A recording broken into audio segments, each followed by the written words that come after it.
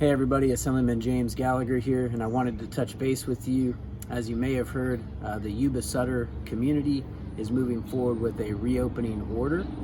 I support this decision. I think it's the right decision. This order allows many businesses to reopen under safety protocols, including social distancing, hygiene practices, but allows many of these businesses that have been closed down to finally reopen again. Many businesses have been allowed to go forward during this time, but so many have been out of work, so many businesses have been shut down, so this is long awaited for many in this region. And again, I think we can do this safely. We have met the criteria, the federal and state criteria for doing a reopening. Namely, we've reached 14 straight days of having declining cases. And so because we have met that criteria, we can begin to do this reopening and again, get our economy moving again.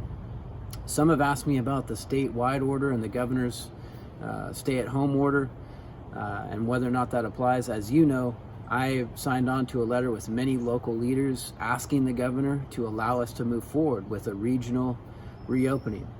He has refused to do so. He has said that we need to wait weeks until the rest of the state reaches the same point that we have. That's unjust.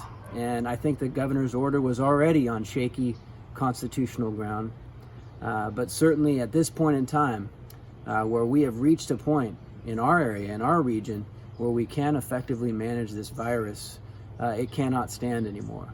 With our local public health officers, we have put in strategies like this one here in Yuba-Sutter that allows us to reopen with safety precautions, that protects the most vulnerable in our community, still has protections for senior facilities, for example, and has a plan how we can safely reopen.